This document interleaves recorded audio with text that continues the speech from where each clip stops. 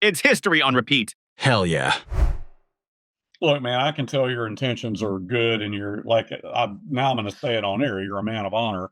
You're trying to I do good appreciate work. Yeah, you're trying to do good work and put good content out there.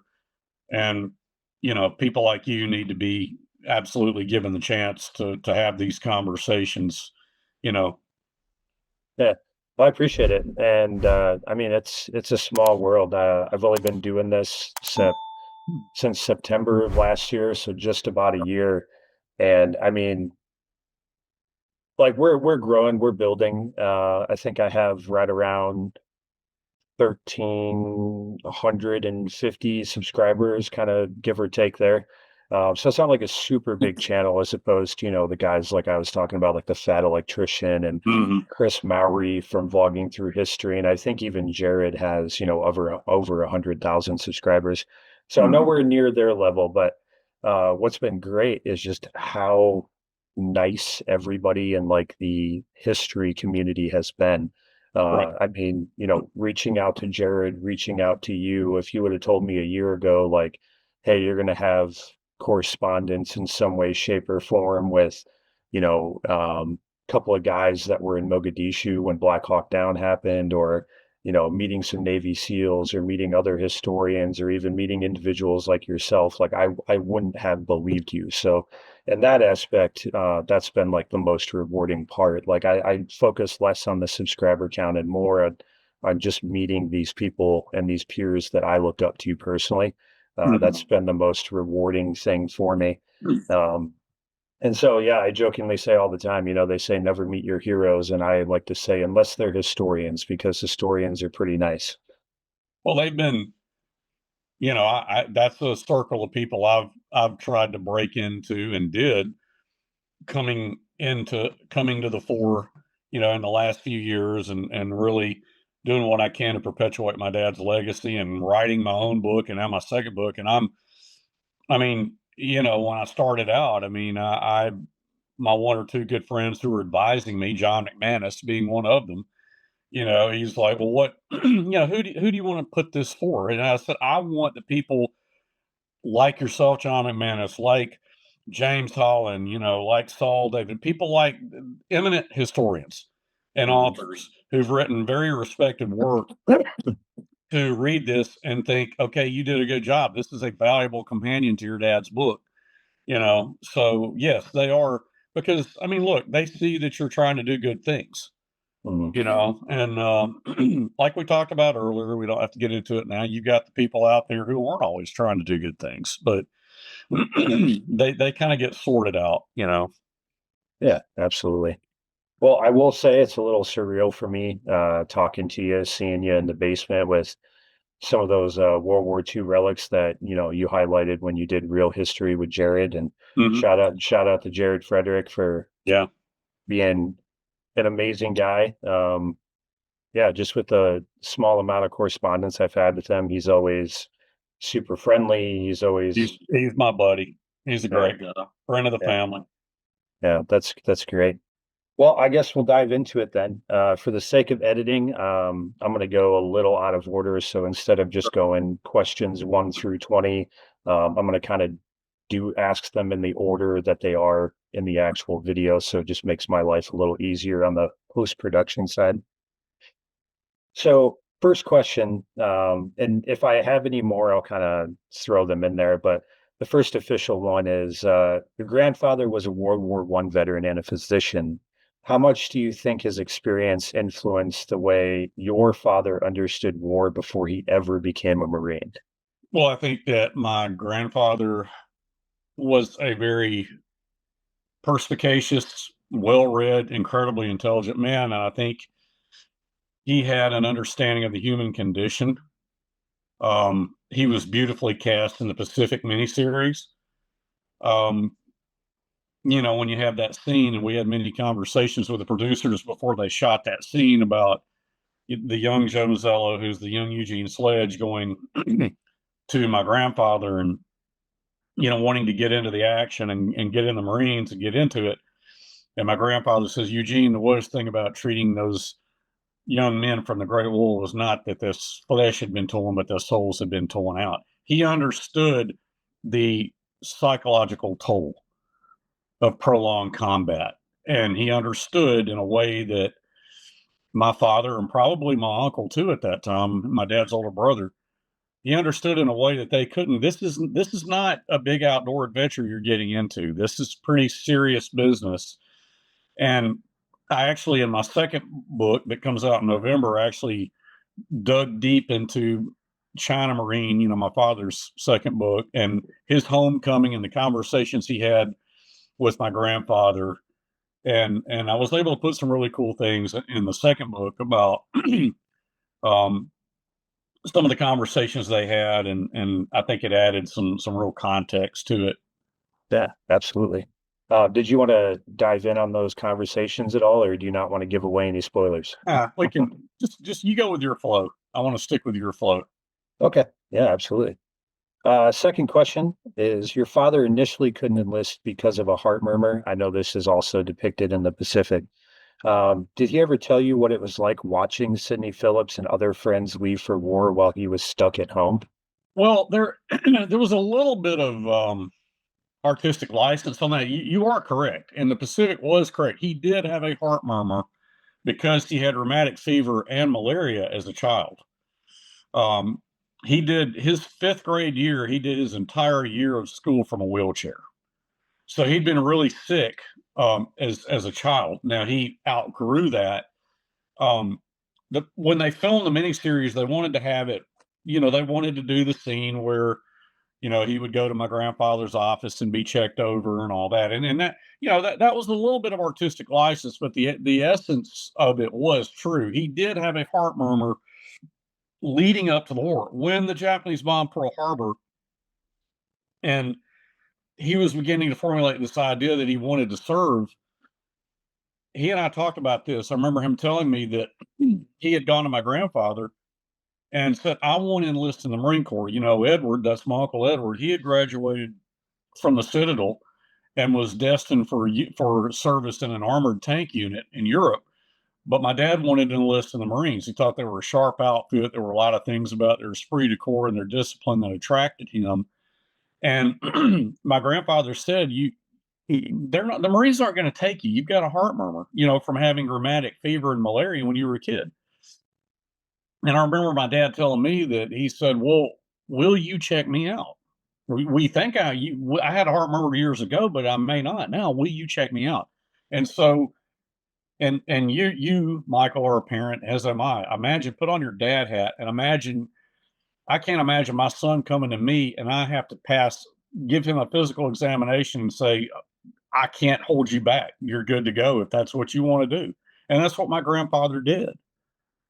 Yeah. He examined him, and he did not have a heart murmur. So I'm not saying that to cast aspersions upon the way they filmed it in the Pacific. I love the Pacific. I want everybody to watch it. But there was a little bit of artistic license on the timing with that, and everybody knew that. We had conversations about it, but we all agreed that to bring the characters into the story and get things really ramped up to speed, that was the way to do it. Yeah, absolutely. And you kind of read my mind. When I saw that scene in the Pacific and, obviously then, reading about it and things like that. Yeah, when you put your dad hat on, I mean, it's hard to even comprehend being in that situation where you're kind of the determining factor between, Yeah, does my son go off to war or does he not go off to war? I feel like, you know, and it just shows it just shows how honorable of a man your grandpa or grandparent was, mhm, um, because of him taking that approach. I feel like, most fathers naturally are protective of their children and, of course. might have lied to keep them home or whatever it may be. It kind of reminds me of another story when I was interviewing Chris Mowry about his book, The Trumbull County Boys. There was a man in the 20th Ohio who his son wanted to go fight in the Civil War. And this guy, I think by the time the Civil War started, was like in his 50s, maybe. And he basically told his son, he goes, you can go fight in the Civil War, but I'm coming with you. And he basically enlisted with his son. And without giving too much spoilers away, like those two did make it through the entire war and ended up living out the rest of their lives on the other side. But yeah, in regards to like your grandpa and your father, and then that story about that dad who enlisted with his son so his son could go off and fight. It's just incredible sometimes what fathers will do with their children and vice versa, or just parents in general. Well, to that point, Michael, and I have talked about this before. As you saw from the Pacific, I mean, my grandfather was a man of influence. He was a very prominent physician in Mobile and was very highly regarded throughout the entire state of Alabama at that time. And had had my father wanted to go this route, my grandfather could have used his influence to have secured a billet for my father that would have been he would have been serving and doing his duty, but it would have been a far easier path than enlisting and serving out the War and Marine Rifle Company in the Pacific. And some of the conversations I had with, I talk about this in the Old Breed Complete Story Revealed with some of the Marines he served with. One of them told me, he said, one of the things I always admired about your dad was, we knew he came from a fairly well-to-do family. He could have had a much easier path, and yet he enlisted in the Marines and came out there and was a damn good Marine alongside the rest of us, and never did everything he was asked or told to do. And I respect that of my dad because I really get a sense of it. I know when I was researching my first book, and you can read my dad's book with the old breed, and you get a sense of, a lot of the Marines he served with. I mean, Michael, they came from nothing, man. I mean, to enlist in the Marine Corps and come off the farms and factories where they were raised into the Marine Corps, where they had clothes on their back, 3 meals a day, and a cot to sleep in. There were guys that was the step up, Um, and that wasn't the case for my father. I mean, like I said, my grandfather was a man of influence and fairly well to do. And um, I just think it's an integral part of his story that he laid that aside and willingly submitted himself to that. In the second book, there's some really cool stuff I was able to draw from. One of the conversations my dad had when he came home with my grandfather was, my grandfather sat him down and he said, "Look, you um, served with the finest, and you should always be proud of that. You've got some terrible memories you're going to have to live with, and you'll have to learn to deal with that. But don't ever feel bitter because and my dad knew a lot of people he grew up with who did take that easier path.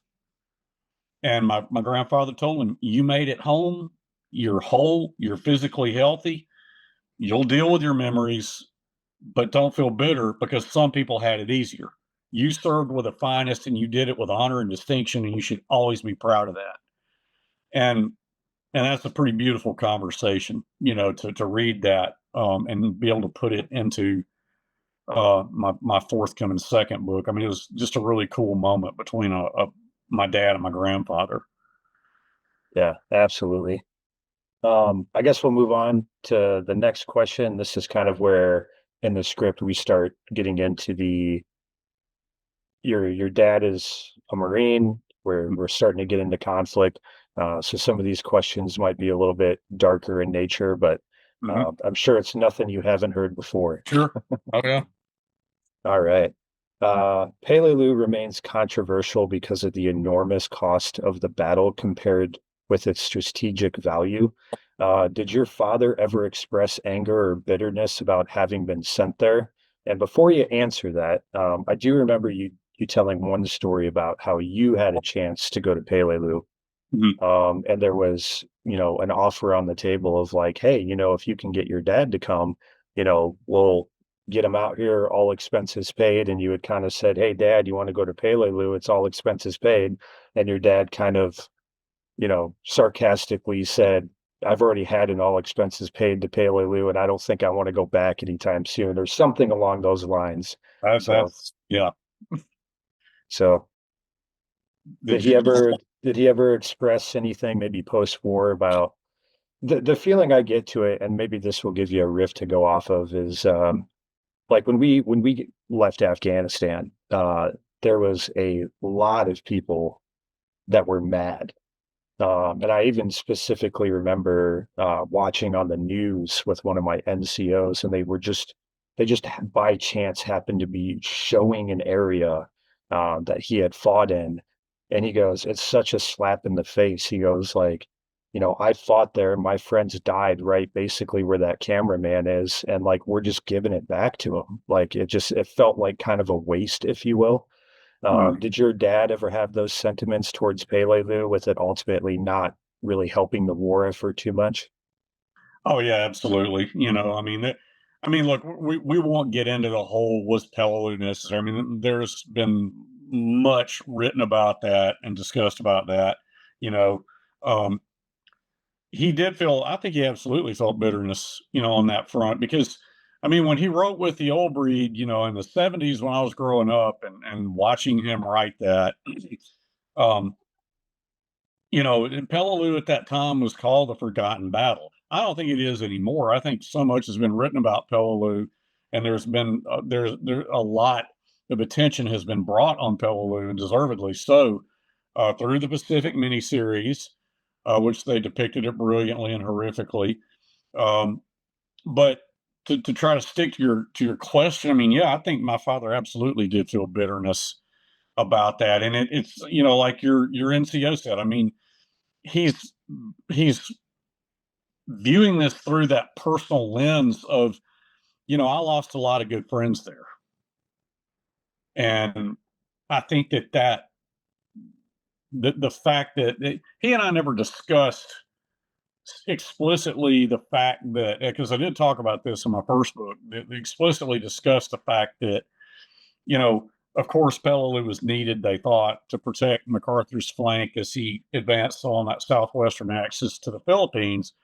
And then they very quickly determined that there was no Japanese air power extant in the Palau Islands by the time the Marines got there to invade it. And what, you know, Chester Nimitz could have called it off, but he did not. Halsey tried to talk him into calling it off because I think Halsey, Halsey said, "I fear another Tarawa," because he had seen the photographs from his pilots who had been flying carrier raids through there months before the actual invasion. And Halsey had a bad feeling about it, and he recommended to his boss, Nimitz, that they call it off, and Nimitz didn't do that. And I think I never explicitly had this conversation with my dad about Chester Nimitz, but I think that he felt some bitterness towards Nimitz for not calling off, which I look at that like, okay, I understand my father feeling that way. Um, but if they hadn't sent him to Peleliu, they would have just sent him somewhere else. It would have been just as bad, and I don't say that to cast aside his feelings, but I mean, You know, I, I am a look. I think Chester Nimitz was the man for the job, so I'm not casting aspersions upon him. I can understand my dad maybe feeling some bitterness, but we never explicitly discussed that. I just remember he made one comment around the time that I went to Peleliu about the fact that Nimitz never called off the invasion. But um, the fact that I know another thing that always rankled with him. Um, and I mean, this is just fact. I don't want to ruffle feathers with anyone, but you know, um, every year, D-Day, Normandy, June 6th, you hear about D-Day, which we should for good reason. I mean, my dad's brother landed at Veerville on D-Day, so I have personal stuff. I've got skin in that game, through my uncle. But I think it always bothered my dad that to him the war was Peleliu and Okinawa. That's the lens he viewed it through, and he's the loyalty he had for his fellow Marines and the grief he felt for his buddies who didn't survive. We're talking Peleliu right now. of course he is going, that lens is going to be very narrow, and that's what he's going to view it through. Um, and so every year you would hear all this talk about Normandy and D-Day, and to him D-Day, that was, I mean, yeah, my uncle got wounded on D-Day and Normandy, but at that point in time, the First Marine Division was on Pavuvu, training up to invade Peleliu. So um, it's understandable that he would have felt that way. I've read enough on World War II, and I love the history enough that you know I I respect his feelings being what they were and understand why they were what they were. But I also know that maybe it was easy for him to think the way he thought, and I had nothing but respect for that. Yeah, absolutely. Um, and I feel that on all fronts, regardless of the conflict or the strategic value. Um, yeah, uh, you'll quickly realize when you talk to anyone that's served, that no one is going rushing onto the battlefield for political views. Um, the old school saying is, well, I'm not going to let my buddies do it without me. And they're concerned about the guy to the left and the right. It's a pretty classic statement that people make. And that's 100% true. I mean, most of the guys you talk to are not going to give you some grandeur answer of why they fight for their country. They're probably just going to say, because I care about my guys and I want to be with them. So, Absolutely. all right. Um, Hmm. So your father writes about Peleliu with almost uncomfortable honesty. The heat, thirst, corpses, fear, exhaustion, the gradual erosion of humanity. When you eventually read those passages, what was it like realizing your father had lived through that? It was so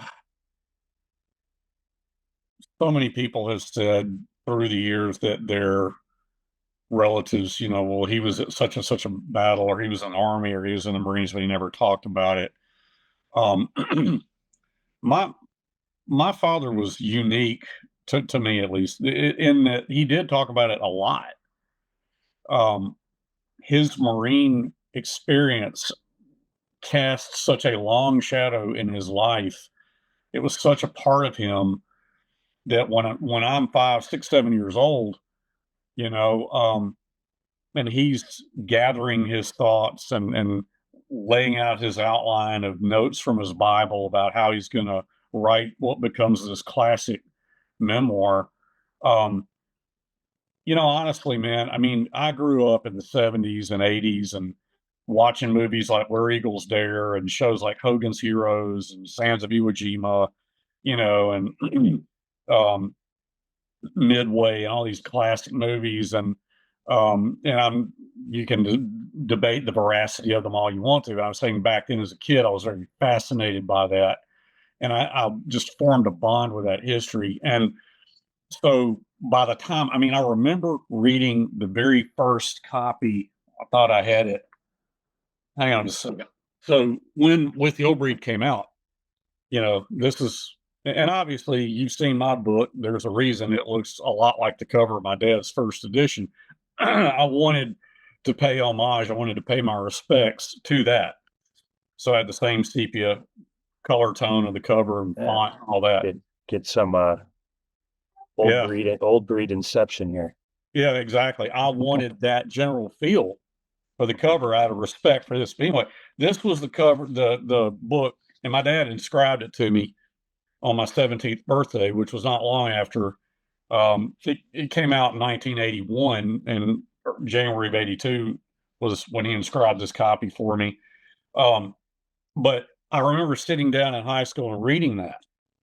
And, I remember thinking, even though so many of the stories, which I talk about in my book a lot, and I talk about in the second book too, um, I'd heard so many of those stories from him, it still was, being 15, 16 years old to read it. Yeah, I mean, it, it instilled me. I want to say this in a way that is devoid of any sycophantic, hero worship, because I actually can't stand that. But um, I mean, it instilled me with a pretty profound sense of pride in him and what he did. Um, that passage of when they're on Ingusibus 13 days into Peleliu and they attack the bunker, which if you have questions on that, I don't want to interrupt and get ahead of it. No, go ahead. But he describes, when he shoots the first Japanese soldier, like really close range, close enough to look in his eyes. Um, and to read that, that was, I still remember the first time I read that passage, and that was a pretty powerful moment for me. And I mean, if you want me to say, well, what emotion did you feel? I mean, I felt pride, to be honest, pride in Mhm. him. I mean, um, to be such a compassionate guy, as a husband and a father, um, but knowing that in that combat situation, he was able to transform himself into doing the job he had to do, and all those young men had to do, and it's never easy. It just made me have a profound sense of respect. So, of all the experiences your father described at Peleliu, I kind of know the answer to this, but if you can put more, I guess, um, Context. yeah, context on it. Um, of all the experiences your father described at Peleliu, is there one story or moment that you think affected him more deeply than the others? Oh, I would probably, I there's so many that come to mind. My main thought was obviously crossing the airfield. Yeah. But I mean, you know more than that. Well, I mean, Captain Haldane, of course, was just such a respected Marine officer, just such a great guy. Captain Andy Haldane, they called him ACAC. And, him being killed on Hill 140 on October 7th was, well, my father said it was the greatest grief he experienced, during the entire war. And I mean, this was after, and I mean, he would see many of his buddies die right there in front of him. Um, so there was that, you mentioned the airfield, and it actually made me think of this. Crossing the airfield was a pretty iconic moment for his combat experience, and that's coming after D-Day, for Christ's sakes, at Peleliu, September 15th, the landing, very bitterly opposed by the Japanese. Um, the thing about crossing the airfield, it's, and I think when I tell this little anecdote, it's trying to think how to put this. I think this will contextualize how he viewed so much of Peleliu. A little over a year ago, I got an email from somebody telling me, and it made the news, that the Marines have actually revitalized the airfield on Peleliu to fly KC-130 super tankers in there, because the Palau Islands are seen as a like a third line strategic relevance now against a possible conflict with China. And so the irony that the Marines have gone in and revitalized that airfield and have people there now, and they've named it Sledge Field, Sledge Runway. Um, and there's an article I saw on it, and it talks about my father, and they named it Sledge Runway and Sledge Field. You know, and I try to think, like, for me as his son, for us as his family, how cool is that? That's a pretty amazing thing. Um, and so I wonder, if he were still alive, and I could tell him they named the airfield on Peleliu after you, you know, would that be a moment of gratitude? Would it be a moment of kind of this unavoidable egocentric, like, wow, because my book, no, I'll tell you what it would be, Michael. It would be, I can see this before me. If I told him that and he were sitting here, he would shake his head and walk out of the room emotional. because he's thinking of, you name it, after somebody who got killed on it, not me. He would look at it like, I came home, had a great family, good career, told my story, told our story in a book. Um, you name that airfield after any one of my Marines who didn't get across or died later in the battle. You know, it all came back to that for him. Yeah. I feel like that you kind of see that general theme in a lot of those guys during that era. Um, and true, yeah, I mean, true to all eras. I mean, with me being a history buff, I watched documentaries on the Korean War, on World War II, on World War One, and you would be astonished by how many guys that are like, I'm not a hero. The heroes are the guys that died over there. Yeah, I And think you hear that from everybody at the top, the echelon down. Medal of Honor winners have been like, I'm not a hero. Like the heroes are the ones who didn't make it out. I just got lucky. And yeah, I feel like that's just an ongoing sentiment. Once again, and we could go on um, the themes of military members and their service and how they feel about it. Because I sure. mean, we could talk about that all day in any conflict, but I think majority of the guys that either served with your father or have an inkling of what your father went through would probably agree. It's about the guys who didn't make it back. I actually did an episode previously on I'm drawing a blank on his first name, but he was a Medal of Honor recipient. His last name was Hawkins, and he died during the Battle of Tarawa. Yeah. And they actually named the airfield on Tarawa Hawkins Field after what he did that day. Um, and so, yeah, it's just, yeah, I see both though, but I think I know your dad. I obviously you know your dad better than I do. I think it's fair to say he would react that way. But at the same time, with his legacy and stuff, I also do think it's extremely fitting that the Marines did that as well. Just kind of a way to honor those heroes and those guys they look up to. So Certainly. Yeah, I mean, I I just think it's incredible that who would have ever thought Peleliu would be strategically relevant, the way well, it is, kind of you know. yeah, well, kind of like we were talking on the phone, like history repeats itself. So I mean, Mhm. hopefully not to that level again. But yeah, I mean, you would be surprised with how often that happens. All right.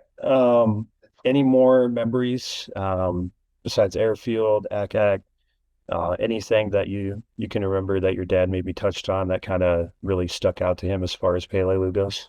No, I think we've covered it, just well, a little bit that I was able to use in my book that didn't get published in his book that was so telling, when they got out to after the battle, when they go out um, to the troop ships that are lying offshore to board them to then come back to Pavuvu.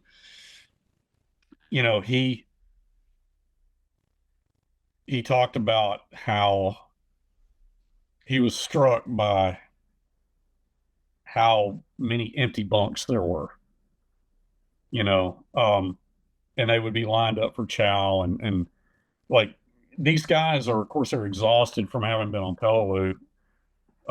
They're thankful to be alive, grateful to be alive, but they're also like the number one topic of conversation was guys going around and going in other compartments, going in other berths where other Marines were trying to find their buddies. Hey man, any of you guys know Sergeant Wolkowski? Yeah, I knew him. I hate to tell you, he didn't make it. That kind of conversation just was, and I was able to pull from a pretty meaningful one in a chow line on the Sea Runner uh, when they were headed back to Bavuvu. When a guy was looking for a buddy of his who my dad had known pretty well, and the guy had been killed. And, he described how this big burly NCO just, he's sobbing and everything. And, my dad was one, I knew him really well, but I'm sorry to tell you, he didn't make it. And, everybody else is just kind of like looking at the floor, looking up at the ceiling, because they're all going through the same thing.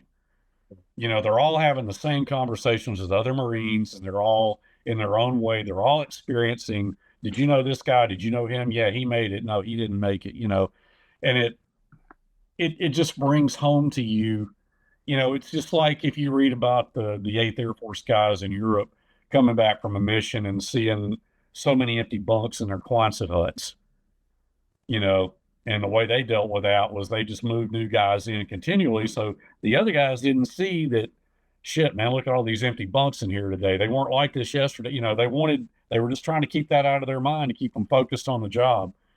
Um, but it was always there. I mean, on Pavu, they get back to Pavu and then they get back to their tents. And, he talked about how going in, they all had a company street, with the tents down the company street and so many bunks with the gear packed up on it to be shipped home because that guy didn't make it, and um, I'm just trying to pull tidbits that I think I haven't really talked about before, to to provide the best content for you that I can.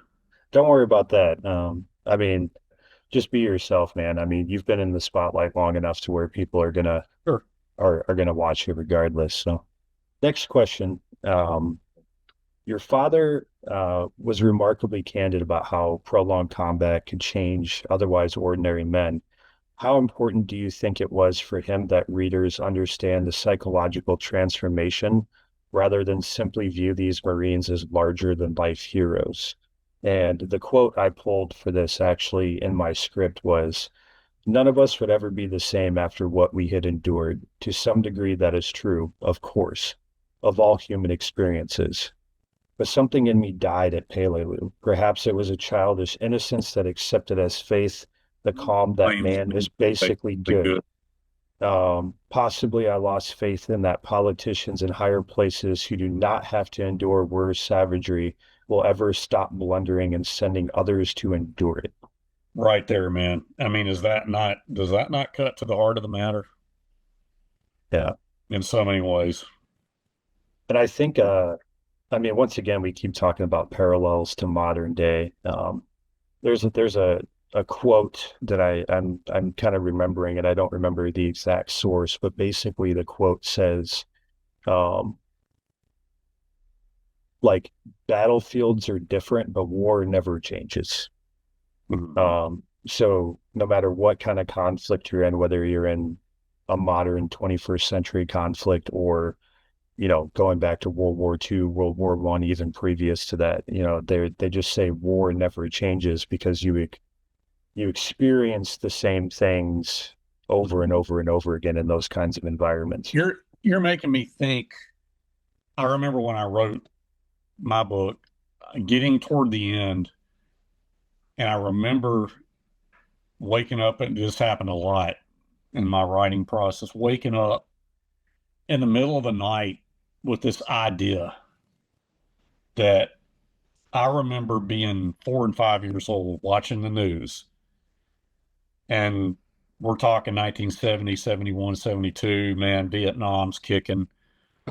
Um, and, we would have just watched I Love Lucy, and my dad he was guffawing and laughing at the antics of Ricky and Lucy. And I describe all of this.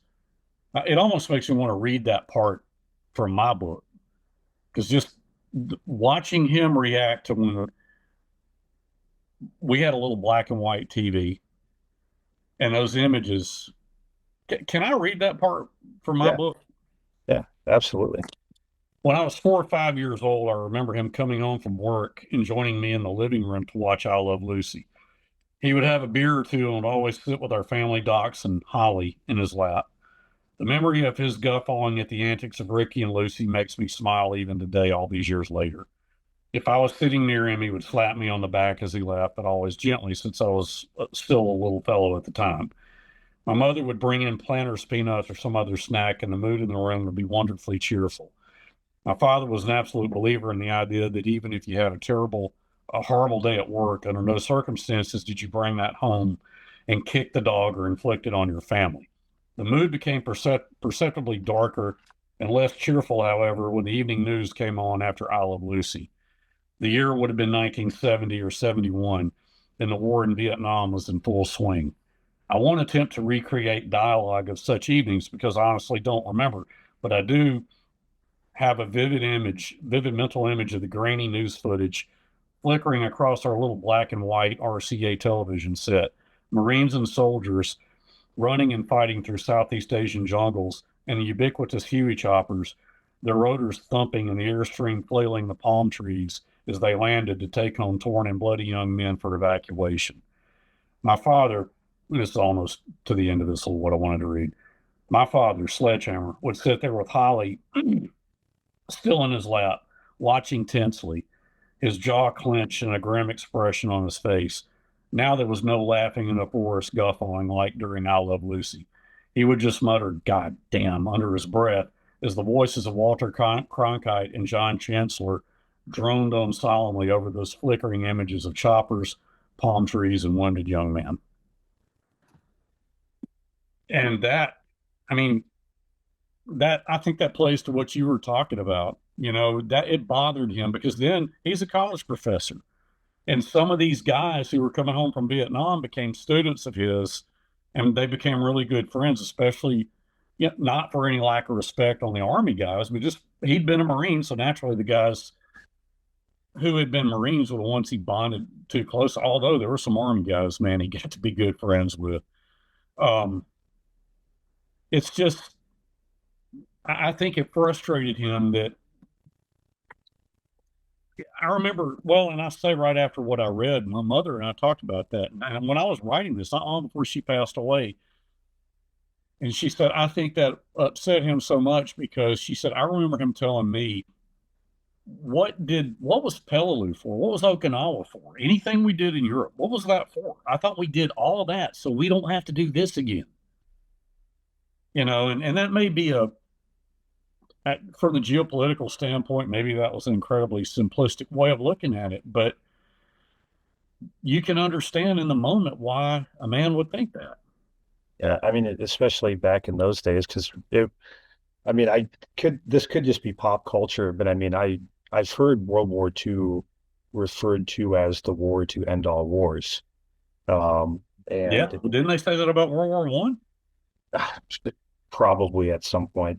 So, I mean, once again, we're just repeating That's heavy history. stuff. That's heavy stuff, you know. But Yeah, look, I mean, my father's book, his writing, his memory. I mean, all these things serve to give us this document, and I'm referring to his book that has helped shape our understanding of combat and what it does to a human being who suffers through it for prolonged periods of time. Um, and it's pretty profound. yeah. Um, you've touched base on this, but I also think it kind of goes with this question. I don't remember if I bring it up on Okinawa or not, but I'm pretty sure it's on Okinawa, at least the way it's depicted in the Pacific, where your dad starts to basically field dress a Japanese soldier. Yeah. And Real and true. Snafu, at least in the Pacific, was the Yes. one that was like, "Hey man, you sure you want to do that?" Sledgehammer. Like, What you yeah, doing? Germs. yeah. How it's got germs. And in reality, it was actually the medic, correct? Dot Castle. Yeah. The correct. So I know that happened on Okinawa, but do you think that fear started on Peleliu for your Well, dad, where he was like, he's already kind of watching various soldiers do this. Do you think there was that fear in the back of his mind where he was like, man, am I gonna do this at some point? Or well, so it was on Peleliu. It was actually on Peleliu. And they Okay. show it. It's depicted in episode 7 of the Pacific, but that was on Peleliu, and it was Doc Caswell, the corpsman, who, um, he and my father, of course, being the intelligent man that he was, he wrote about it very um, in a very percipient way, because he realized, Doc Caswell was not worried about him getting germs. He just saw, the way my father wrote about it was Doc was just trying to help me preserve one last shred of civilization, of not just going completely off into that, you know. Um, but I talk in the second book about, because I have a lot of Japanese artifacts that my father brought home. And there's that really powerful scene and the first day of Peleliu, and with my dad's with the old breed, where he describes they start moving inland through off the beach through the scrub growth.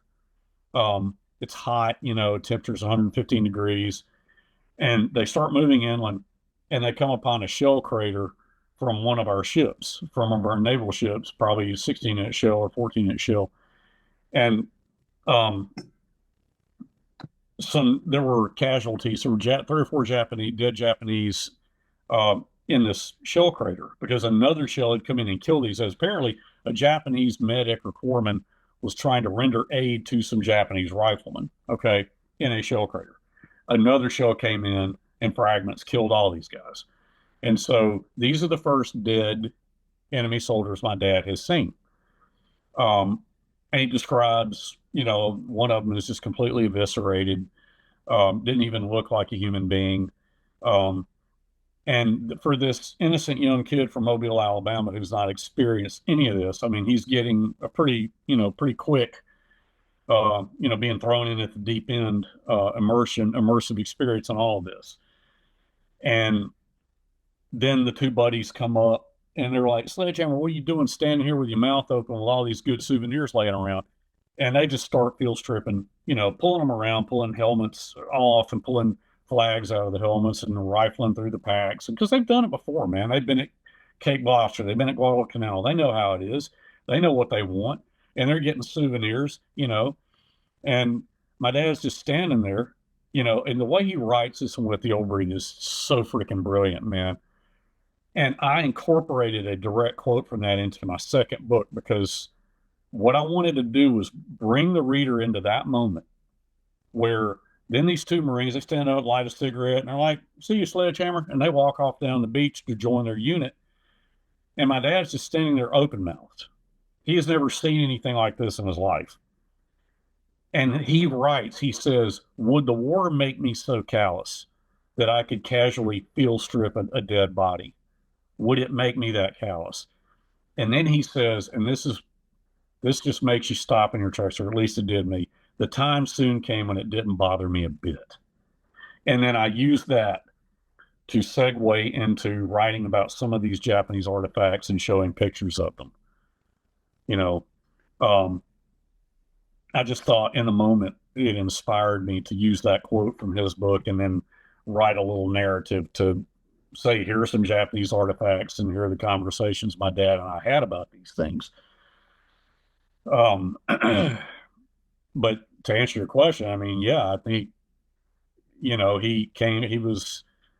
mean, all these guys were nice kids from nice families, but the savagery, there's a beautiful quote in With the Old Breed in my dad's book about, I mean, it is just so powerful, man. It is brilliant writing on my dad's part. And it says, Peleliu eroded the veneer of civilization and made savages of us all. Mhm. That is another quote I have included in my script for sure. Man, I mean, it eroded the veneer of civilization and made savages of us all. That is pretty powerful. Yeah, I agree. Um, yeah, I'm gonna stay on track here. If you ever remember something, don't be afraid to cut me off at any point. So, Sure. now we're getting into going from Peleliu to Okinawa. Uh, so, um, Your father goes from Peleliu to Okinawa. From your research and your conversations with him, was there a meaningful difference between the man who landed on Peleliu in 1944 and the man who landed on Okinawa in 1945? Yeah, absolutely. I mean, the guy landing on Okinawa in 1945 was a combat veteran. Um, and I was able to use some great writing from him in my book because it got edited out of his book about how much like the first couple of nights on Peleliu, they would hear different shells, different types of weapons. And literally, this is my father's baptism of fire on Peleliu, and he's asking Snafu, "What was that? What was that?" And Snafu's like, "That's a Hotchkiss. That's 37 millimeter. That's one of our shit." Because he'd already been through Cape Gloucester. He knew all these sounds. When they get to Okinawa, my father is having that same conversation with some of the new replacements. That's one of ours. That's one of theirs. Hear how that one's taken on? That's one you got to watch. And so he wrote, and I can't believe this didn't get included in his book. He wrote about how, you know, I, it wasn't that I wasn't just as scared because I was, but he said, at least I felt like I knew what to expect. Um, There was this level of mental familiarity and preparation and he said the new guys, now, Michael, go on several weeks into Okinawa when the rains have come, and by this time they're up around Half Moon Hill, as they're pushing south to the Shuri line, and by this time, man, they've had monsoon like rains. So many dead Japanese, so many dead Americans, and I mean the battlefield is just like a garbage dump. That's when he writes that horrifically beautiful passage about he describes, around Half Moon Hill, you know, it was the most ghastly corner of hell I'd ever witnessed in my life. Dead bodies everywhere, maggots, flooded foxhole, each one of them with a dead Marine or dead Japanese in it, burned out tanks, not a tree or a bush anywhere, utter devastation. He said, I felt we had been flung into hell's on cesspool. That's another one of those. How can you not be moved by that? Um, yeah, and Okinawa was just such a different, no less horrific, but such a different experience. He described some more great writing that I felt so blessed to be able to use in my book when he talked about the new guys coming up around Half Moon Hill. Um, and by this time, man, there'd been a stalemate. They were pushing down to Shuri, and it'd been raining, and it's literally like fighting in a landfill, even mhm. worse. And he talked about, these new guys would come up, and after, in some cases, 6 weeks of training back home, and they would come up, and he said the look of abject, how was it he put it? Just this utter look of abject misery when they would look around because they'd bring them up to K Company and here, you take that hole there, you take that one over there. And these new guys are looking around, their dungarees are still clean, you know, and they're looking around and just this look of abject misery and despair when they see it, like this is where you're going to have to live and fight. And to these guys in the company that'd been there, I mean, it was just another day. But my father, I mean, he wrote about how, and there were parts of him that really pitied the new guys because they just had not been prepared for it. Yeah, one of the quotes that I have written down just because I liked it so much, he's talking about Okinawa. He said, my knees nearly buckled. I clung weakly to the side of the tractor. I felt nauseated and feared my bladder would surely empty itself and reveal me to be the Hey, coward I was. Michael, that's on Peleliu. Is it, Peleliu? That's Okay. that's D Day at Peleliu. Okay. Not to interrupt you, but that's Yeah, D Day. yeah. Well, I'm good. But Can I then say something really quick about that? yeah. So in the second book, I actually got some pictures of the handwritten manuscript, and that actual passage, there's a picture of the handwritten page where he wrote that, and it was cool to find that actual handwritten. page and to have a picture of it in the soon to be second book. Yeah, that's incredible. You did touch base on some of these next few a little bit. Um, so I'll let you elaborate farther where you feel you need to. Mhm. Some of the most powerful parts of his Okinawa account aren't about killing. They're about mud, exhaustion, artillery, civilians, and simply trying to survive another day.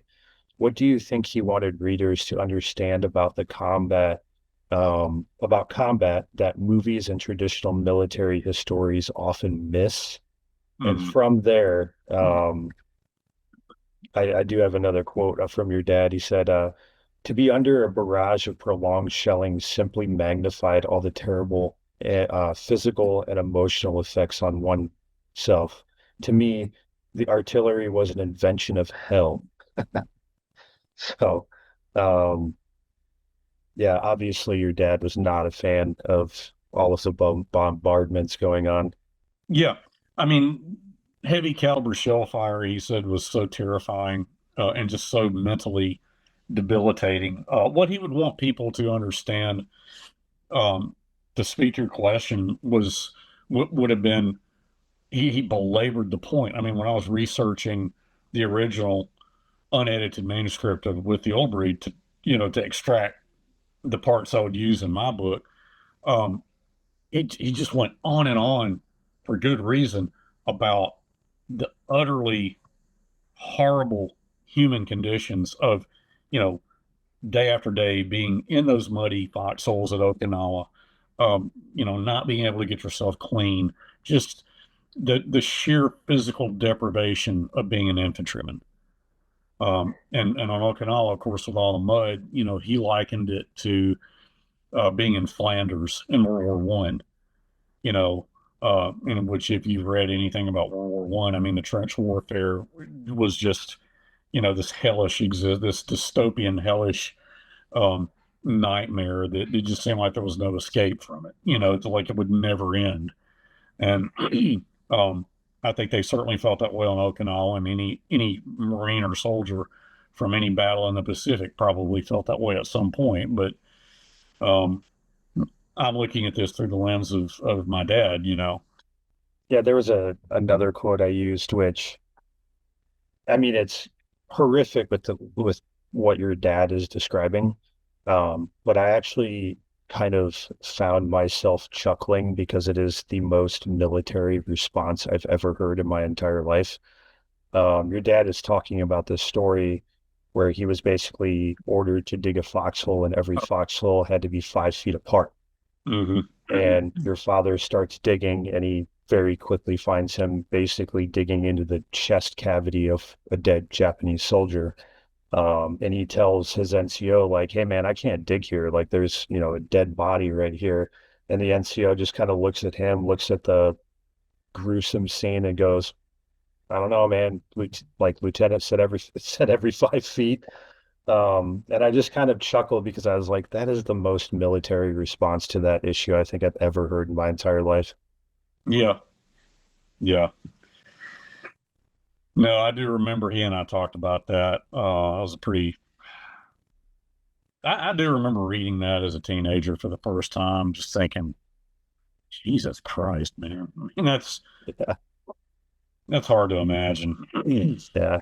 Because I mean, the, maybe this is a separate story, but I feel like maybe this was the Pacific way of trying to portray that. Because in the Pacific, he kind of loses his footing and slides down into a Well, no, they position. actually. So yeah, the Okinawa episode was really powerful. I mean, they some pretty well shot scenes in that. Um, they kind of compressed some things like they always have to, for brevity, and you can't put everything in there. But they do have that scene where, he's starting to dig into a hole and ends up being the chest cavity of a dead Japanese soldier. And um, they show the officer not being very sympathetic about it. Um, I think when that actually happened, I think Lieutenant Ellington actually came up and said, just dig it over there, move, or it may have been an NCO. I'd have to go back and look at my notes, but But then the scene where he slips and slides down the slope, that was a compression of some different things that he had written about. But I do remember with the over, he talked about how just in general, you would see a Marine lose his footing and slide down a slope and land in a hole with another body and be covered with maggots. And he would just be, just practically vomiting on himself from the sheer disgust of it all. Um, and that happened to him too. But yeah, they actually compressed that with the Marine Corpse with the face half rotted off in the Pacific miniseries there in episode 9.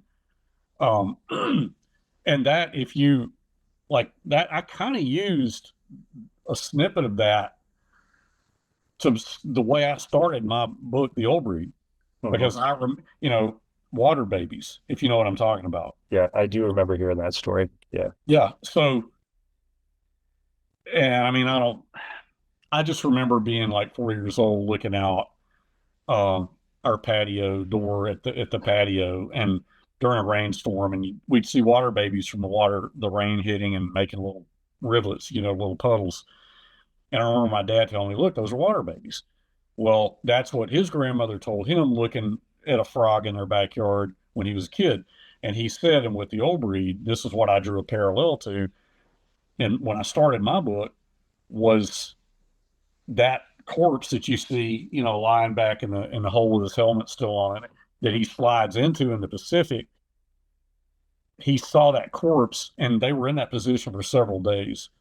And that corpse is just lying there staring up at him with this half rotted face.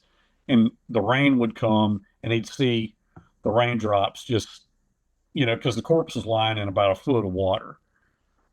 And, he says I'm with the old breed, and it is horrible. It is harrowing, and yet it's beautiful at the same time. But he talks about there was nothing to do at that point in the stalemate in front of Shuri, but look at the leaden sky and watch the water babies around the corpse and just try to hold on to your sanity. And I use that scene to start my book because I just thought I want to grab the reader's attention. But I remember, like, when my dad knelt down beside me in our den when I was 4 years old and said, "Look at the water babies." I kind of wondered. I wonder if somewhere in his mind was he going back to that shell hole around Half Moon Hill. Yeah. Maybe somewhere in his mind, here he is with his youngest child, you know, having a dad moment, a beautiful moment with his kid. But I wonder if in his mind, he's got to be thinking that. Yeah, and for anyone listening, who was wondering the question, how many um, movies and traditional military history is often missed. I mean, if you just listen to that conversation, you're going to completely understand what the movies can't show you or depict most of the time. Well, I think he felt like the movies the movies of the day um, imparted this degree of glory about, and as he said to me, as he wrote, so that we all could read it, there was no glory in it. It was filth and fear and deprivation and degradation, and there was no glory in any of it. And he felt like that part of it needed to be told. Yep. You actually just brought up a perfect segue into my next question. Your father famously rejected the idea that he was a hero and emphasized the men who never came home. Was that humility something you saw in him outside of discussions about the war as well? Absolutely, I would say so because I've heard from since my book has gotten out there and people have read it who knew him. I've heard from a lot of people who, he think of his students back in the 70s. I mean, he had the guys who were coming home from Vietnam, who we've already talked about, but you had other kids who had not been in the military, and they didn't have those conversations with him. And so some of them have reached out to me and said, obviously when in 1981, when With the Old Breed was published, that began to be well known, but several of them have told me, just knowing him on a day-to-day basis as a college professor, going in and asking for help on a particular aspect of the lab they had the day before or something like that. But so many of them have said to me, I never had any idea that he had been through this. And Mhm. so I think that speaks to what you just said. Yeah, absolutely. Um, and it's kind of funny. You're kind of reading you're going with the flow right now, which is nice. Because my next question is, your father eventually becomes a biologist and professor. I've always found that transition fascinating. Someone who witnessed extraordinary destruction, dedicating his civilian life to studying and teaching life. Do you think he saw that connection himself? I'm sure he did on some literary level, but I mean, I think a lot of it was just he had always been fascinated as a kid, you know, in birds, in plant life, in animal life. He was just interested in that kind of thing. I think he was just inherently interested in it, and so, um, and my grandfather was the one who tapped into that and said, he had gotten a business degree from Auburn, but was miserable in that. And my grandfather was the one who said, why don't you write to Auburn and get information on getting into one of their graduate scientific programs? That's what you're interested in, and so that's what he did. And I think, as he described himself, I mean, he certainly, nobody needs me to describe this. He did it beautifully himself. He felt like working on his PhD in biology and biochemistry he used the term, it was like this intellectual boot camp. And he said, I thrived on it and it helped me. Um, I've used this quote myself, science was my salvation. That was what he said, you know, um, and he could engross himself in that and forget about this other. But, it was always there. And I'll give you an example. And this was Yeah, yeah, this please do. my mom. I mean, I used it very early in my book. I heard her say in one of her HBO interviews, she knew he'd been a Marine in the Pacific and had seen combat. She knew that when I got married.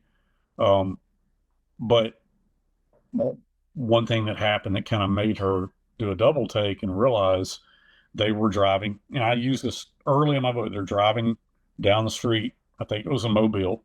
They hadn't been married that long. And they see it was either a squirrel or a cat that had been run over by another car. And it's eviscerated, bloody, mangled up. And my mother's like, "Oh, look at that poor cat, or look at that poor squirrel. That's just awful." And my dad, he just kind of shrugged and was like, "I had friends that were worse than that." And he Yeah, really wasn't even thinking about what he said. He was just kind of, probably thinking about something else. And I had friends that looked worse than that. And it yeah, just, and then he was on to something else. He wasn't even thinking about it.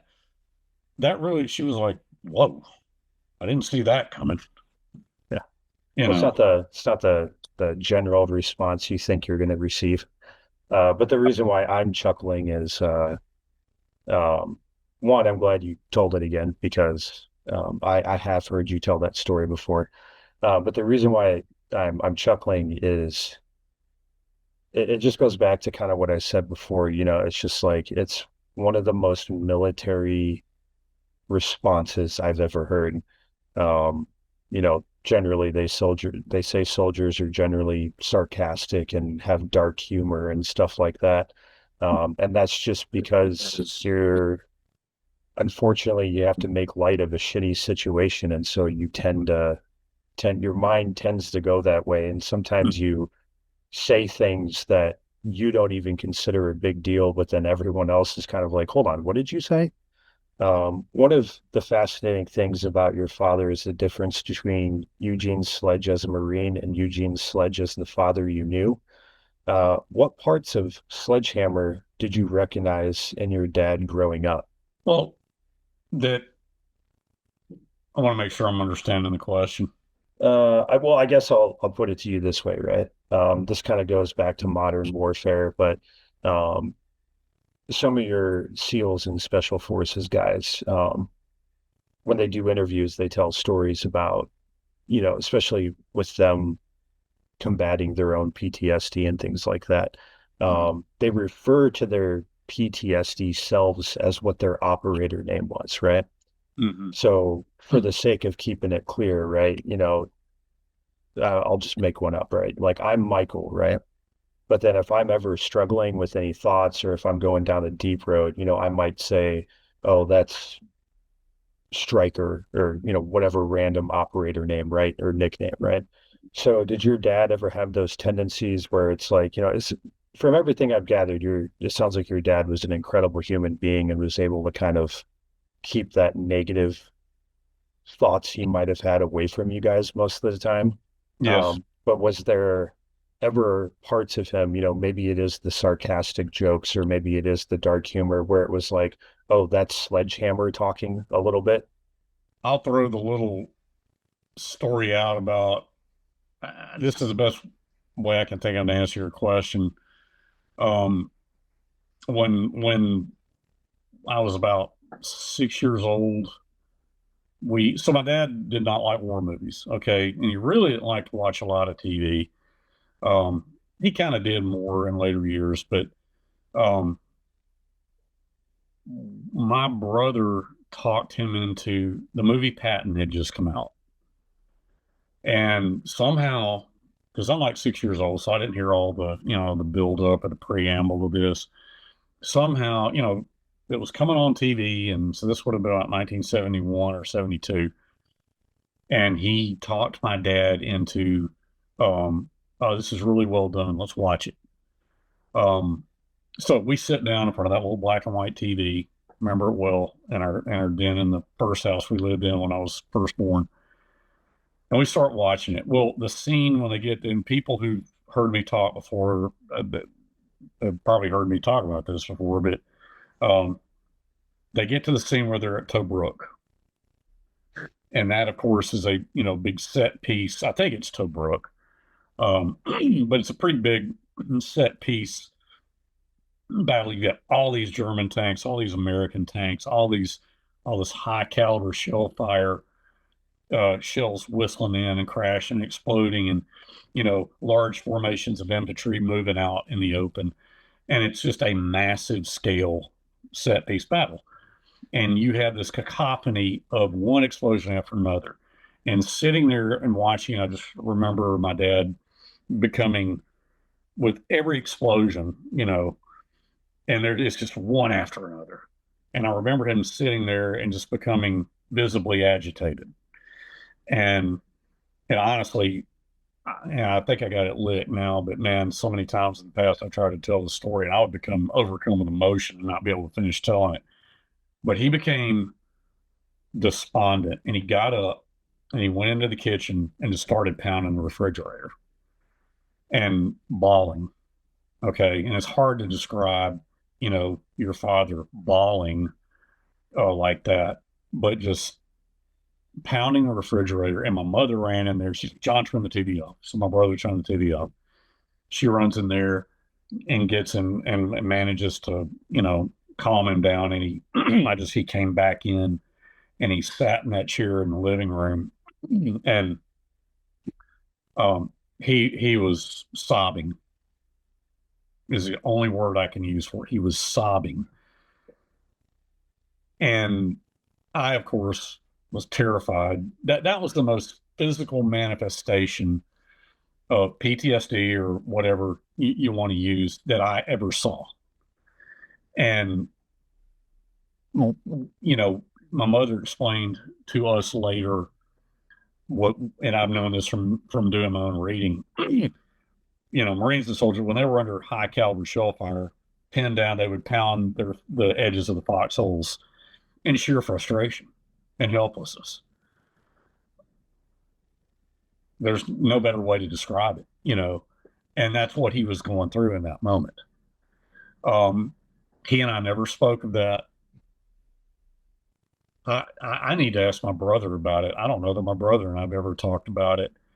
That was one of those profoundly disturbing moments. I mean, look, it's not like he lashed out at me or my brother or my mom, He had far too much self-control for that, but he was back within his own, beneath the rim of his helmet in that moment. And that was that Pavlovian response. The shell fire on the TV took him back to that spot. And it was not pleasant to see. I never saw anything like that again. And like I said, it's hard for me to describe that. I had debated about putting that in my book. I actually don't think that's not in my book, is it? You never heard me tell that story. I've heard you tell that story, but I can't remember if it I was don't think on it's in my another podcast, but I don't think it's in the book. it's not, I don't think it's in my book. Man, that was tough to watch. That was Yeah. tough to see. It's tough to recall. Um, but I mean, that was truth, man. I mean, that was that trigger taking him back in that moment. Um, which I can't even try to pretend like I understand. I can recount it to you because I saw it, but I can't pretend to understand what was going through his mind. That's hard to say. Really the only guys that would understand are the guys that were there with him going through the Yeah. same thing. He wrote Um, a lot about being under prolonged shell fire. yeah, I have several quotes. Um, the quote that I'm kind of remembering off my head was like he actually compared it to being shot, where Yeah. he Being goes, shot was surgically precise by a bullet, but shell fragments maimed, tore, ripped, destroyed everything. Yeah, that was a pretty yeah, powerful. you can definitely tell your dad had a profound hatred for shellfire. Oh God, yes. Tons, I mean, tons of quotes talking about just that prolonged bombardments and things like that. Um, so yeah, I'll continue. Kind of touch base on this a little bit because you had said you had finally kind of started reading when you were in high school, but when you were a kid, how much did you actually know about Peleliu and Okinawa? Did you understand your father had experienced some of the worst fighting of the Pacific War? Or I guess what I'll do is I'll add to that. Or did this not really come into light at all until after the book was published? I mean, I knew that he'd been in the Pacific, like really understanding how bad Peleliu was. I would say, that I came to understand that more after the book was published. But as I wrote about, because these memories form the bedrock of my work. I mean, I remember reading Helmet from My Pillow, Robert Lecky's book, a classic. I remember reading that when I was 11, 12 years old, and talking to him about it.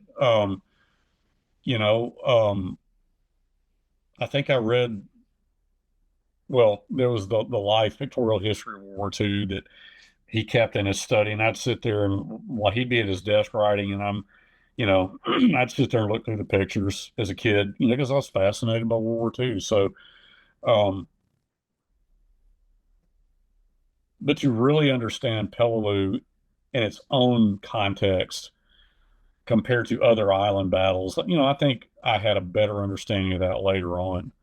But I mean, I had a grip pretty early on. I had a grip on, you know, again, because my father willingly shared uh, in his conversations with me, I had a pretty good grip on, he wasn't just in World War II. He was in the 1st Marine Division.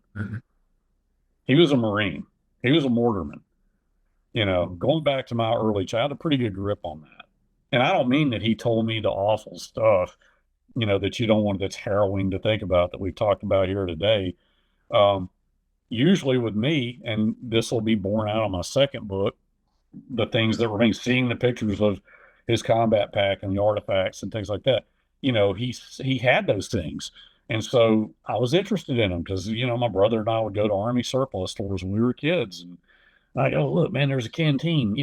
That stuff was cool, man. We'd buy that stuff and wear it when we were running around in the woods playing when we were kids. I mean, and so my dad would oh yeah, the pistol belt. Look, this is guys we're like the. So we had a lot of those kinds of conversations. Yeah, I think that also kind of goes back to my last question of like, was there any things where any moments where like Sledgehammer, peaked out? I think it's probably some of those too. Obviously we kind of focused a bit on like the negative side of things as, maybe Sledgehammer being a connotation for like PTSD, but I mean, I feel like there's positives too, with, maybe his sense of humor, the jokes or not, or, or maybe there's no title and that's just who your dad was and Sledgehammer is just a nickname. There's not a reason to personify Sledgehammer if you don't need to, but Yeah, I don't know that he ever really did that. I think it just he was who he was, and I had this understanding that he had lived the experience he had lived, and it was something that was obviously profoundly altering to him as a man and a person. And then, you know, I've met a lot of Marines, and I tell them, and you see this coming out in the writing I've tried to do. If you think, yeah, well, you got young kids. We talked about it earlier. What I would say to you, what I would say to a young Marine, because I saw this with my dad, the training and the esprit de corps that you got, and like your love for your fellow soldiers, or a Marine's love for his fellow Marines, that experience that you've been through as a young man is has kind of shaped the husband and father that you are. Whether you know it or not, it has, it will. You yeah, know, most of the time it gets me in trouble, but well, you know, but it's part of who you are. yeah, And it absolutely. was with my father. Um, I've had this conversation with so many friends. I'll try not to keep it too long, but they always ask me like, what are you going to tell your kids if they tell you they want to join the military? And really the only thing I would tell them is when I first decided that I was going to be a soldier and go into the army, ironically enough, I actually tried to join the Marines first, and they wouldn't take me because I have tattoos. So I walked right out of their office, went into the army office, and I said, "You guys care about tattoos?" And they were like, "No, we don't care." And I was like, "Sweet, sign me up."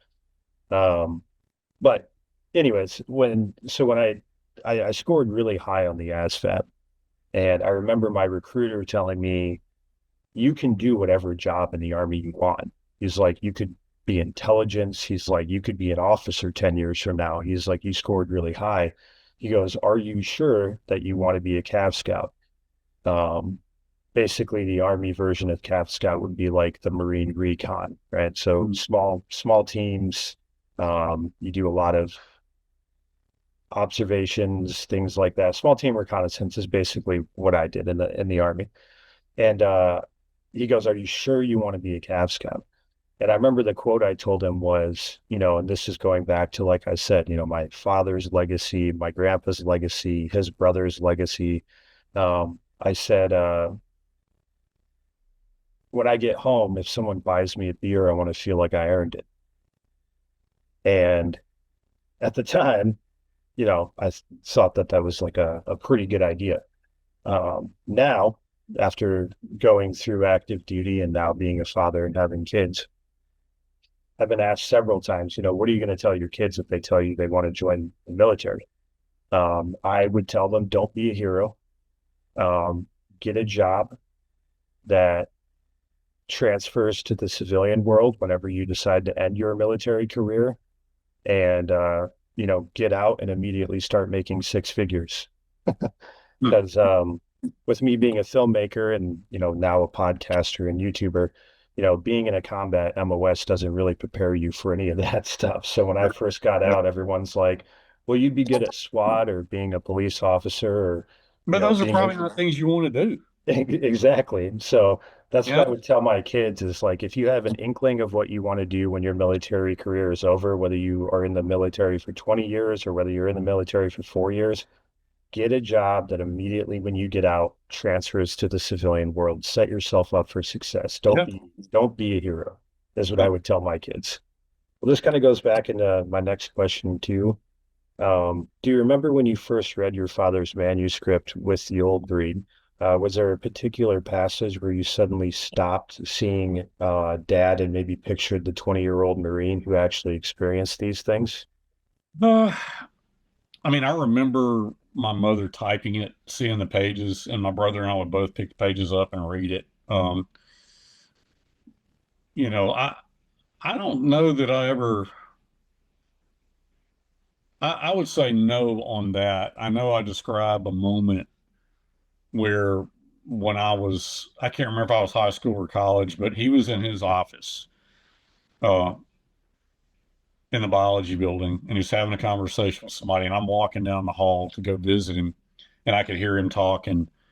And I like come up to the door just as I hear him saying, "Yeah, I knew him on Peleliu. He got the shit knocked out of him by a close shell hit." And that stopped me in my tracks because, as I say in my book, my dad cursed, but he didn't use four-letter words. You know, he'd drop a hell damn or a GD in a heartbeat. He did it every day. But the four-letter words, he never said those words.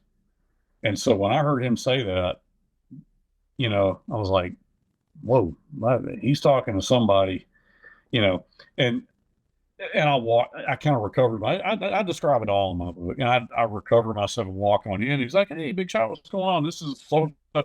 It would have had to have been a combat veteran that he was talking to, and it might have been back when I was a teenager, and it might have been a Vietnam vet. I don't remember that. I just remember the light. The hallway was kind of dark in the biology building that day when I was walking down the hall, and I saw the light streaming out of his door, and I'm walking toward it, and I hear him talking to a guy, and he said that, and I was like, man, that's not my dad. I've never heard him talk like that before, but he recovered himself instantly when he saw me, and Yeah. So next question, and obviously you'd be the perfect guy for this job because this is majority wise of the work you did with your book. But were there any experiences your father deliberately left out of with the old breed, either because they were too personal or too painful or simply didn't fit the story he wanted to tell? not that he shared with me, everything he and I talked about. I mean, like one of the things I never really probed him for more information on was like ACAT, Captain Haldane. I knew better than to describe to me exactly how you felt when he got. I mean, I didn't need to ask that because I already knew. I knew how much Captain Haldane meant to all those guys.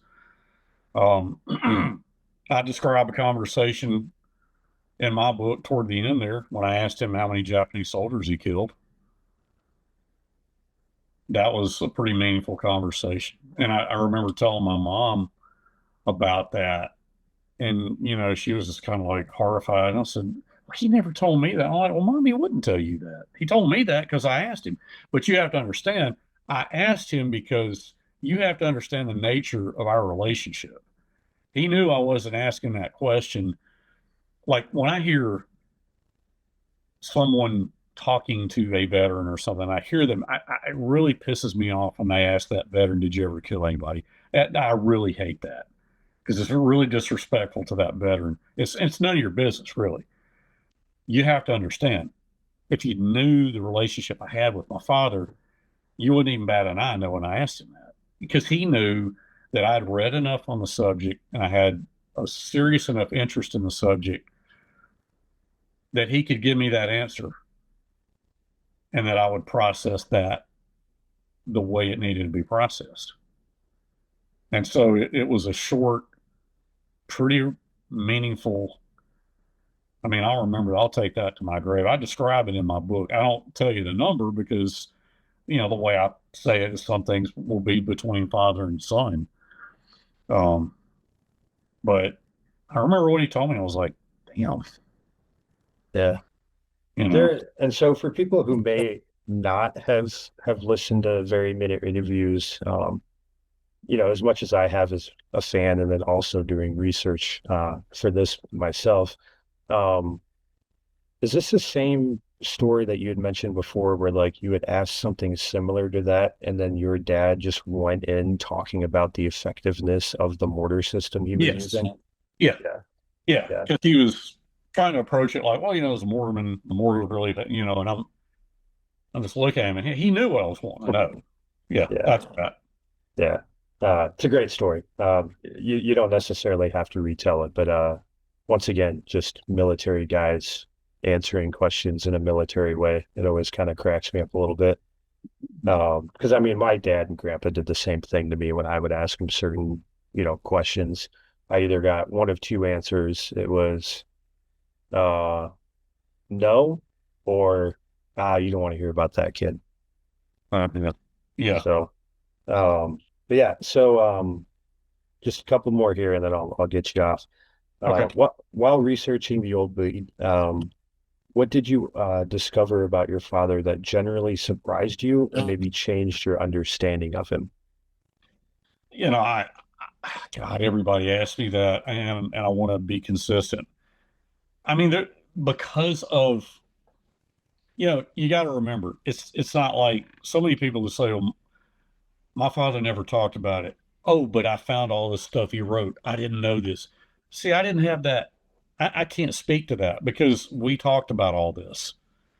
He and I did, and so I had a lot of curiosity about it, and I remember him writing with the old breed, and we just we unpacked so much of this kind of thing, um, that to me there were no surprises.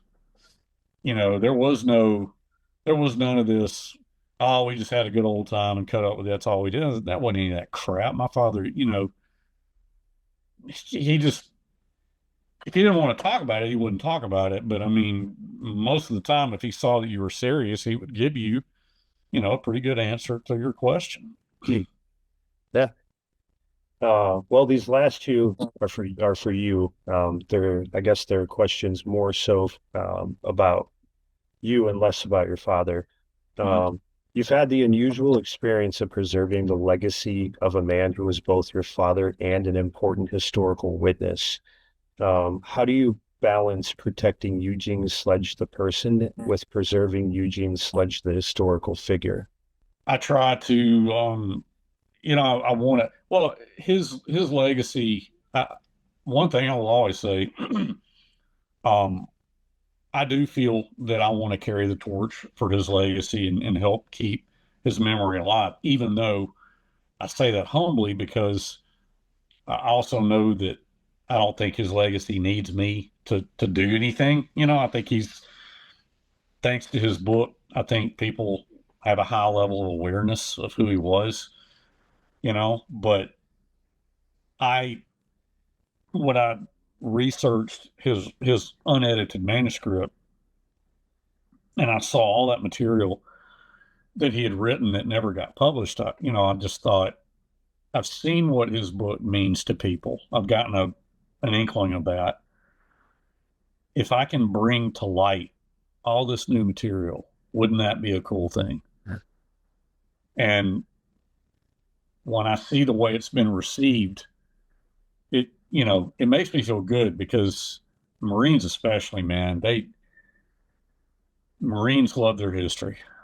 I'm not saying soldiers don't, do not take it that way, but the Marines, man, they love their history. And it's just really cool to meet these young guys who have, that degree of reverence for him.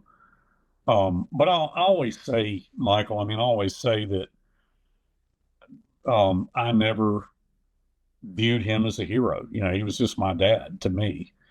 I know that in the words of men he served with, because I knew these guys, he was a damn good Marine. You know, he did his job. He did it effectively. There was no hyperbole. Um, to me, I just look at it at face value. You have guys who got multiple Purple Hearts and Bronze Stars and Silver Stars and a Medal of Honor or something like that. He was never decorated. He was never wounded. Um, to have been through what he went through without a scratch, and especially some of the close calls that I found researching my book, a couple of 150 millimeter shell hits that were duds landing right in the mud. I mean, at a certain point, man, you just have to feel like God had it in mind this guy was going to survive, you know. Yeah.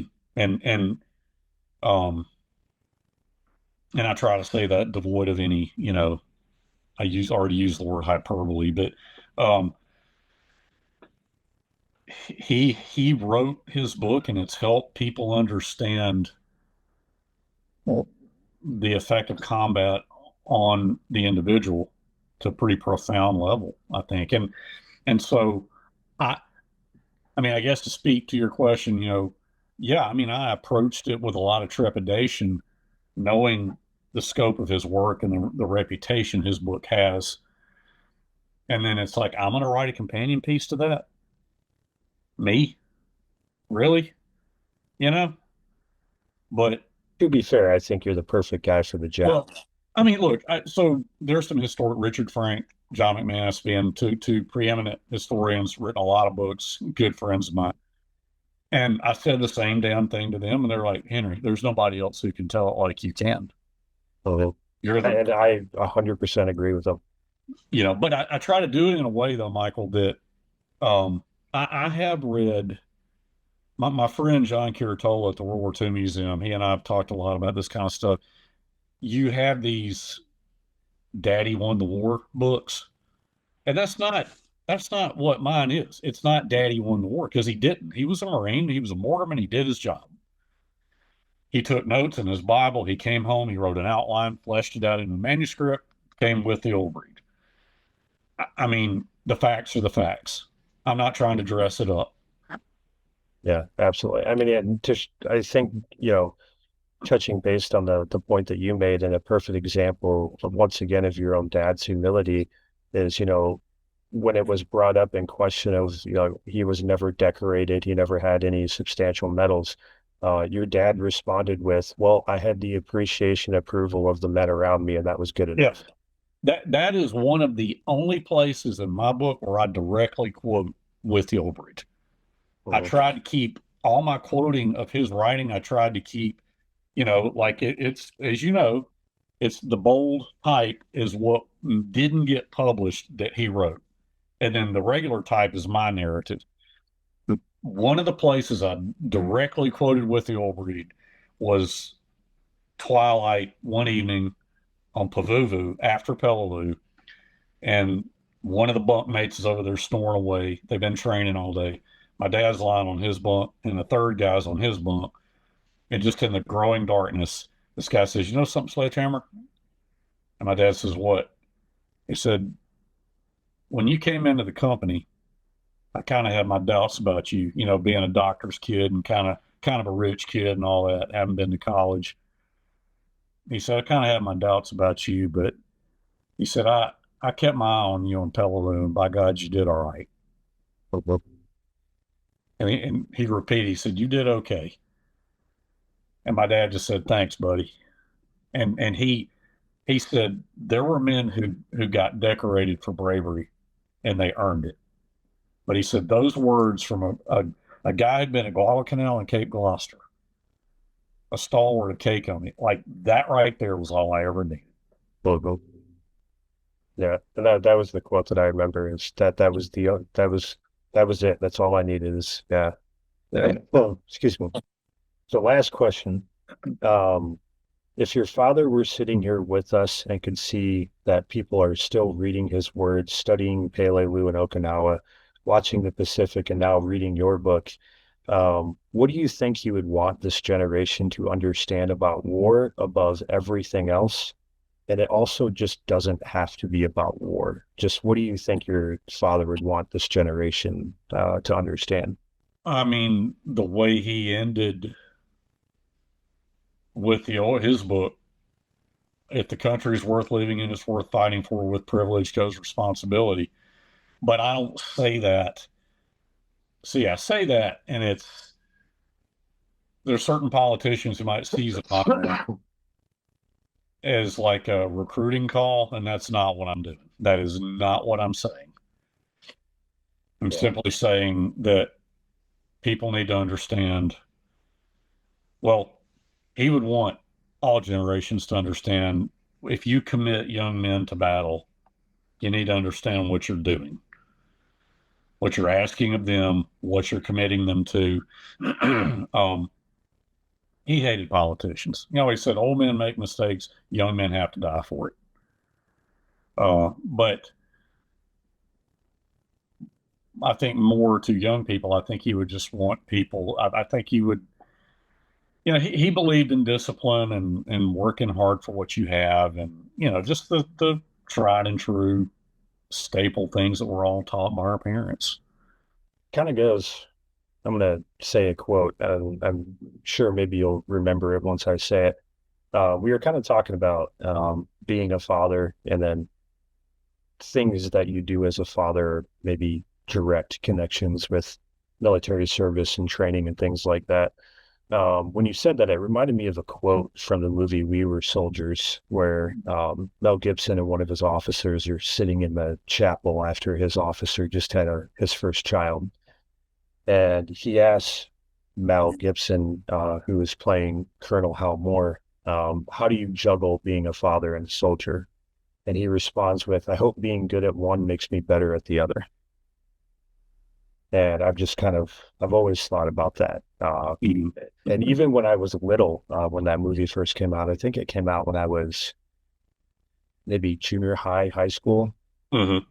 So maybe not little kid, but still very young. I always found that quote really profound, and it's always just kind of stuck with me. But it makes a whole lot more sense now. Sure. Well, that kind of plays to what I said earlier, that like my dad's experience as a Marine influenced the husband and dad that he was in later life, I think. And I think that plays to what you said. Yeah, absolutely. Well, do you have anything else for me, Henry? No, I think we've covered it pretty well.